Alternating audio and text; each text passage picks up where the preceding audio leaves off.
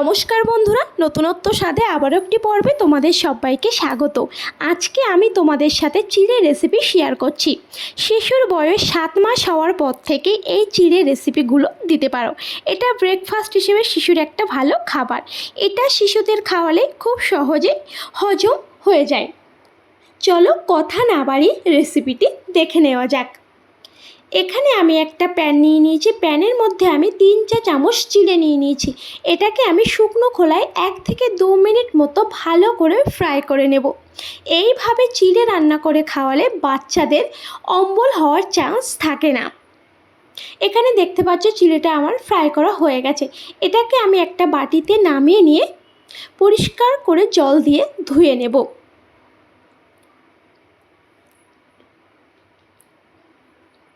এখানে দেখতে পাচ্ছ চিড়েটা আমার পরিষ্কার করে জল দিয়ে ধুয়ে নেওয়া হয়ে গেছে। এটাকে আমি সরিয়ে এখানে আমি একটা বাটি নিয়ে নিয়েছি। তার মধ্যে আমি 2টো আমন্ড, 2টো কাজু আর 2টো কিশমিশ নিয়ে নিয়েছি। এখানে আমি আমন্ডের খোসাগুলোকে ফেলে দেব। এটাকে আমি জল দিয়ে ভিজিয়ে রেখেছিলাম কিছুক্ষণ। এখানে দেখো আমার আমন্ডের খোসাগুলো ছাড়িয়ে নেওয়া হয়ে গেছে। আমি এখানে একটা মিক্সির জার নিয়ে নিয়েছি। জারের মধ্যে ওই আমন্ডগুলো দিয়ে দিলাম। ওটাকে দিয়ে আমি পেস্ট করে নিয়েছি। এখানে একটা প্যান নিয়ে নিয়েছি। প্যানের মধ্যে আমার ধুয়ে রাখা চিড়েগুলোকে দিয়ে দিলাম। এর মধ্যে আমি 1/2 কাপ মতো জল দিয়ে চিড়েটাকে ভালো করে সিদ্ধ করে নেব। এখানে দেখো জলটা কিন্তু আমার ফুটে উঠেছে। আমি এইভাবে চিড়েটাকে কিছুক্ষণ ফোটাতে থাকব। আমি এই পর্যায়ে এর মধ্যে সামান্য একটু লবণ দিয়ে দেব। তোমাদের বাচ্চা যদি 1 বছরের ছোট হয় তোমরা এখানে লবণটা দেবে না। এখানে আমি এভাবে চিড়েটাকে ভালোভাবে কিছুক্ষণ ফোটাতে থাকব, যতক্ষণ না আমার চিড়েটা ভালোভাবে সিদ্ধ হয়ে না যায়।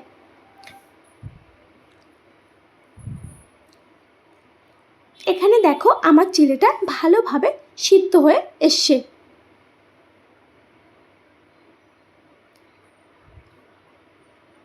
দেখতে পাচ্ছ আমার চিড়েটা ভালোভাবে সিদ্ধ হয়ে গেছে।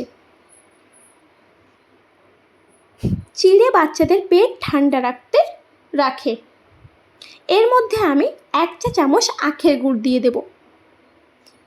তোমাদের বাচ্চা যদি 1 বছরের ছোট হয় এখানে তোমরা আখের গুড়টা দেবে না।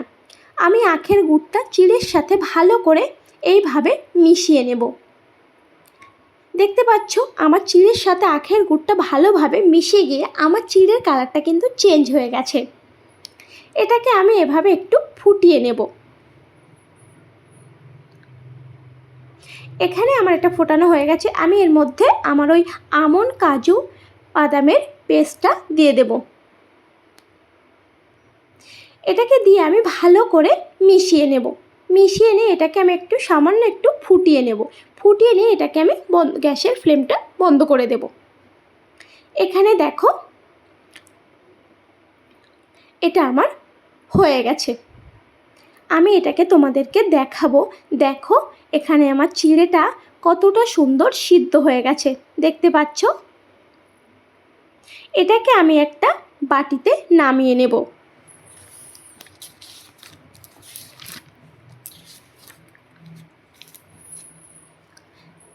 দেখতে পাচ্ছ এটা আমার কতটা সুন্দর হয়েছে। যদি রেসিপিটি ভালো লেগে থাকে এই রকম নতুন নতুন ভিডিও পেতে আমার চ্যানেলকে অবশ্যই সাবস্ক্রাইব করে দিয়ে একটা লাইক করে দেবে।